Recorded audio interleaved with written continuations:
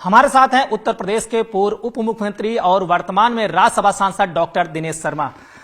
Doctor साहब, आज अखिलेश यादव ने इशारों में समाजवादी पार्टी और बहुजन समाज पार्टी के दोस्ती के संकेत दिए हैं। उनका कहना है समाजवादी पार्टी और बसपा का पुराना रिश्ता है, नेताजी और काशीराम जी ने साथ साथ काम किया है। क्या कहेंगे उनके इस संकेत को लेकर? नहीं, पुराना रिश्ता तो बड़ा भयंकर था कि मायावती जी को समाप्त कर देने के षड्यंत्र हो गया था। गैस का सिलेंडर हम लोग मैं तो प्रत्यक्ष गवाह हूं, क्योंकि आदरणीय ब्रह्मदत्त द्विवेदी जी के साथ मैं गया था। थोड़ी देर हो जाती तो शायद वो ब्लास्ट हो जाता गैस का सिलेंडर। पुराना रिश्ता अगर वो वाला रिश्ता है तो खतरनाक है। भले ही बहन जी दूसरे दल की हों, लेकिन हर नेता के कीमत है, इज्जत की भी, जीवन की भी। तो दोनों दल का रिश्ता तो बड़ा खटास वाला रहा है। अब कहो आप प्रयोग की अगर बात करो तो प्रयोग भी निसफल रहा है। दोनों दल साथ में जब मिलकर लड़े थे, सपा और बसपा, तो भारतीय जनता पार्टी की प्रचंड जीत हुई थी।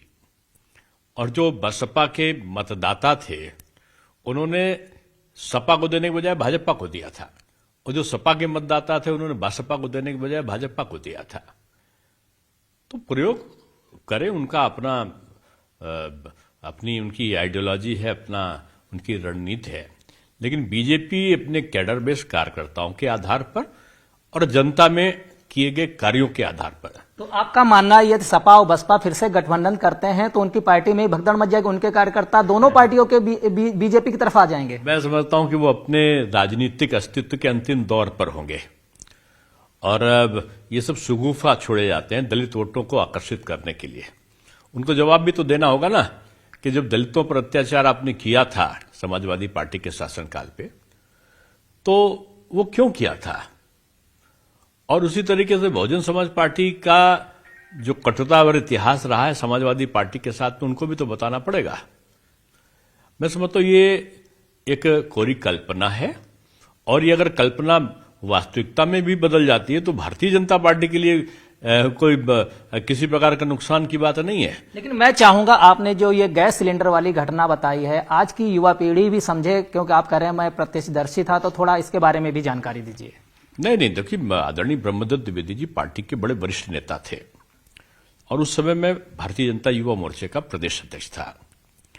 और हम लोग शाम को बैठते थे, भले हम सत्ता में नहीं थे, लेकिन भारतीय जनता युवा मोर्चा में भारी जमावड़ा उस समय हमारे कार्यालय पर होता था जब मैं बैठता था।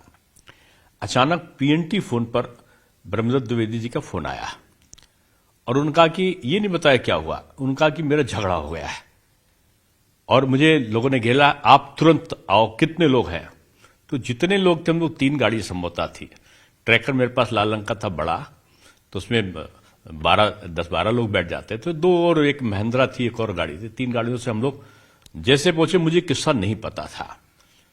आदरणीय ब्रह्मदत्त जी जोर से चिल्ला के अंदर यही राज्य अतिथि गृह में गए, और उनका कि किसी को नहीं छोड़ेंगे, तो लोग कहां है।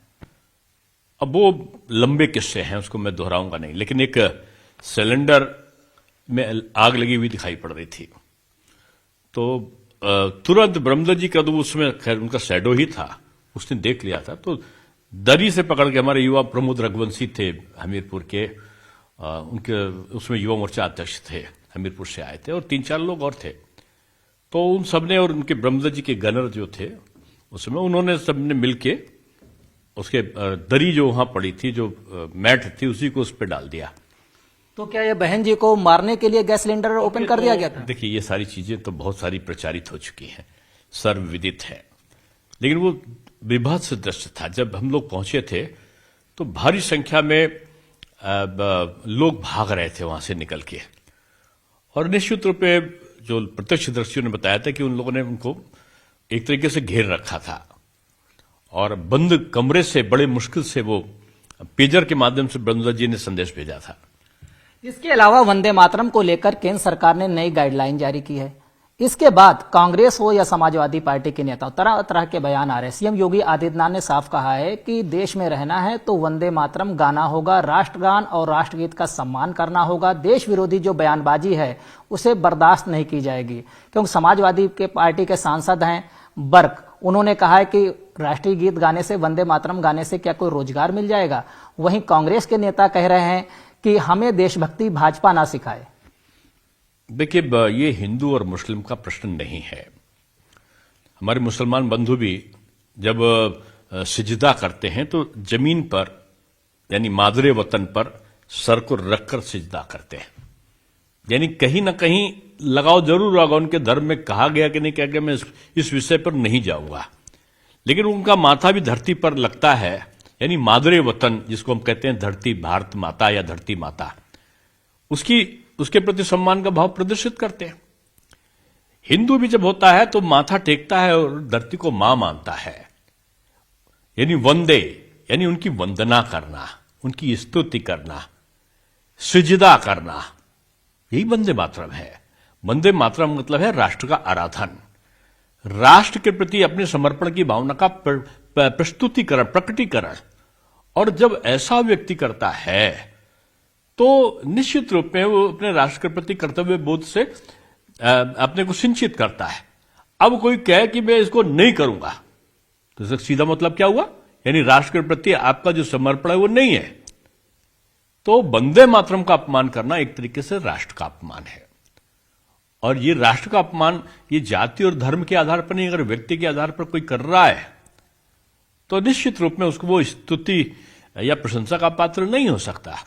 वो जाने अनजाने में वो राष्ट्र का विरोध कर रहा है। ये राष्ट्रगीत है और ये वंदे मातरम तो लोकसभा और राज्यसभा में गाया गया है पूरा। ये कांग्रेस के अधिवेशनों में गाया जाता रहा। ये बीजेपी ने थोड़ी, जनसंघ ने थोड़ी इसको लागू किया है। ये सारे स्टेंजा जितने थे वंदे मातरम के तब गाए जाते थे। और इसको तो रफी अहमद किदवई ने गाया है, अब्दुल कलाम आजाद ने गाया है, एक मुस्लिम बंगाल के थे, उन्होंने इसका प्रस्ताव किया था। अब इसको और एक अखबार था वंदे मातरम, लाहौर से छपता था उर्दू में। ये तब मतभेद नहीं था वंदे मातरम का जब शुरुआत हुआ, लेकिन उसके बाद कांग्रेस की सियासत, आजादी के बाद 50 के बाद इन लोगों की सियासत हुई और उसके 4 स्टेंजा हटा दिए गए। मैं समझता हूं कि माननीय प्रधानमंत्री जी ने बहुत बड़ा निर्णय लिया है और वंदे मातरम के सब स्टेंजा पढ़ाए जाएंगे, बोले जाएंगे, गाए जाएंगे। तो ये देश की पुरानी परंपराओं का अनुरक्षण है। कांग्रेस जिसको भूल गई है उन परंपराओं को भाजपा ला रही है। और मैं समझता हूं इसमें दल का, संप्रदाय का, जाति का कोई विषय ही नहीं है। मुख्यमंत्री जी ने जो कहा वो सही कहा। इसके साथ ही बात करें तो कांग्रेस इस समय देशव्यापी प्रदर्शन कर रही। उत्तराखंड में उसका राज्य स्तरीय पहले प्रदर्शन हुआ, वहां की यूनिट ने किया। आज उत्तर प्रदेश में बीजेपी सरकार की नीतियों के खिलाफ प्रदर्शन कांग्रेसियों ने किया। पुलिस से भी उनकी धक्का मुक्की हुई है। कांग्रेस की इस नीति को लेकर आपका क्या विचार है? देखिए, कांग्रेस इस समय मैं समझता हूं कि उत्तराखंड में भी और उत्तर प्रदेश में भी अपने अस्तित्व की लड़ाई लड़ रही है।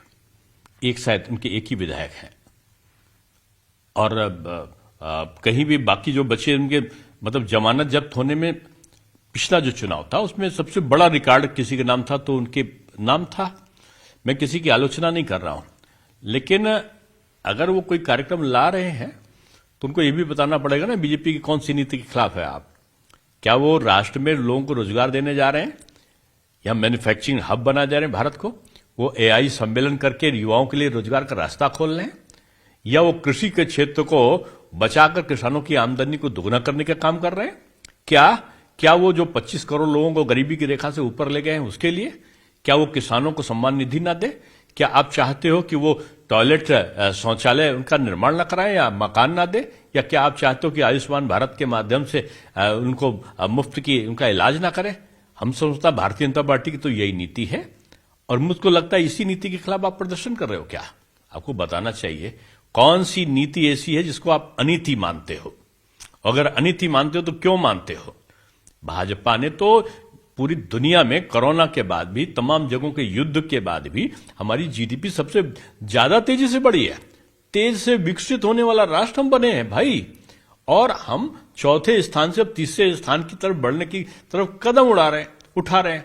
हम विकसित भारत बनने जा रहे हैं। अब इसका विरोध कर रहे हो क्या? आप नहीं चाहते कि भारत विकसित भारत बने?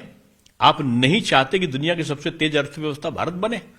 आप नहीं चाहते किसानों की आमदनी दुगनी हो, महिला का सशक्तिकरण हो और युवा जो है अब जॉब सीकर नहीं जॉब क्रिएटर बने? अगर नहीं चाहते तो प्रदर्शन करो।